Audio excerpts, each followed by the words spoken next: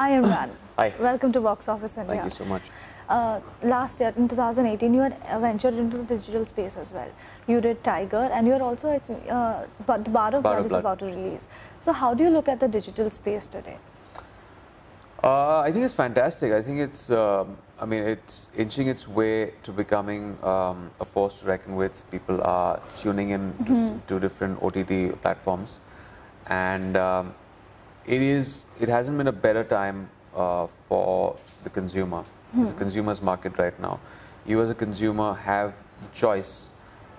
It's like eating a meal at home or going out and eating a meal. That's a choice you have. Yeah. So first it was only television if you wanted to be at home. Now for family or personal viewing, you have OTT platforms. It is better than television because you're not bound and you're not a slave to their timings. Yeah. TV doles out the timings, and probably nowadays you can record in a set-top box, but that's too cumbersome. But here you have everything out there. You can see it as you please and when you please. And then you have a choice to go out there, like you go for an out meal to a restaurant, you can go out to a theater and have a communal viewing for your film. So that's a different experience you have. So it's a great time for the consumer. It's here to stay. Yeah. 2-3 years back, there was a bit of resistance, like there's resistance to any new thing, any new animal in the zoo. People feel like, oh, this is going to hurt our business. Yeah. So first you have a lot of resistance, you have criticism, and then they are accepting to it. Like 2 years back when films were not working at the box office, people felt, oh, it's the OTT platforms. Yeah. All this has come on the bandwagon, and there's YouTube and Netflix and all of that, and it's hurting films. Yeah. So the film trade came down very hard on it. Yeah. But then films did well, and then we feel that everyone can survive in this in the terrain. Yeah. So, yeah, I think it's here to stay, and I think in the next couple of years there will be those couple of big players that will just stay on. I think there's a lot of platforms out there. Yeah. There are OTT platforms, True. but I think only the ones that can give out maximum content and the best content at a price point, it's affordable for our audience, will last. Yeah, that's what I feel about it. Right. Now that you're a producer, do you look at films differently? I don't know. I look at the process differently because there's an added responsibility. Yeah. It is a bit more of a responsibility you take on when you're nurturing a film right from the nascent stage up to its ultimate fate to the release. But yeah, it's, slowly you try to analyze films in a very different way. Yeah. First you analyze films only as an actor. I'm going to perform it this way, and this is the kind of film I'd like to do. But now you start seeing, okay, this film was this genre, it released on this date, and this was the business that it did. And you ask me what really worked about the film.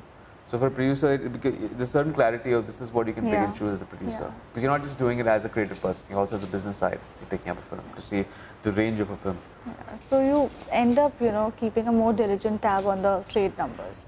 Yes. Yeah. Right. And what is your expectations from Cheat India?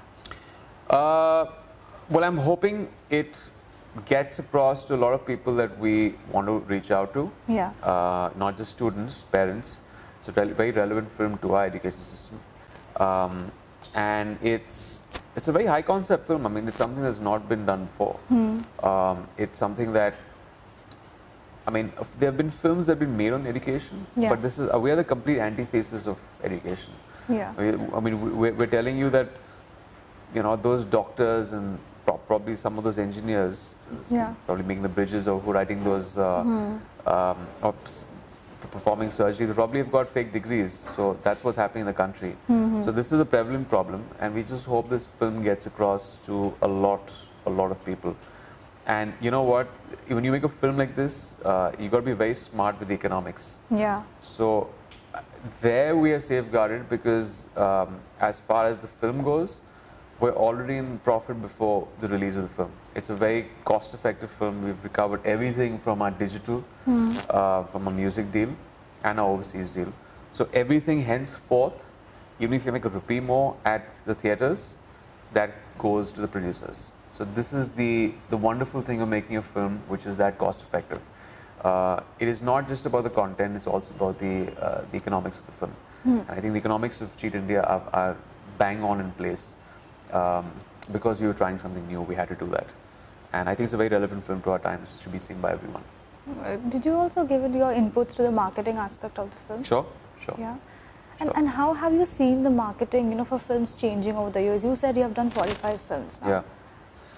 I mean, early on in the day, in 2003, at the most there was a press conference, and there used to be maybe a couple of visits to cities. There used to be a Delhi, there used to be a Hyderabad, just basically the length and breadth of the country, maybe 4 or 5 cities. And that was about it.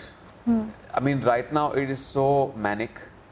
You end up spending more time, and there's more energy that goes into promoting a film. Yes.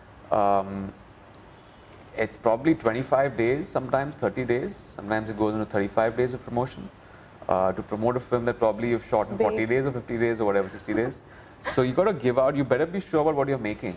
Yeah. And people have gotten a lot more choosy right now because they know the amount of work that's going to go into it. You can't do a film just for money. You got to really, really believe in it, because you got to sit there and sell a film also. Yes. But everyone's screaming on top of their lungs. You got to scream about your film, otherwise it just gets lost in the crowd. But at the same time, no one really knows this. But what if you never promoted a film? Would it still do that much business? I don't know. Maybe you guys can help me on this. Because no one really, producers are scared. Like, everyone is doing it. Everyone's been doing it for the past 10, 15 years. What if you didn't promote a film? Everyone has tuned in and seen the promo. Would they still come with general promotions, maybe 5, 6 days, give out the date there? They probably would turn up in the same numbers. We don't know. You have to have that producer who has the guts to kind of try that out. Yeah. But you don't know. But today a lot depends also on the trailer of the film. People don't really make up their mind. Yeah. Everything is a trailer. I think that makes and breaks your film. Say too much and you give a lot away in your promo. Say too little, or if it's a lukewarm trailer and people don't take up to your film, it has a lot to do with what your film is also. If your film itself is not interesting, then the trailer can't do anything for you. And sometimes you have awesome trailers, and that's the only awesome part about the film.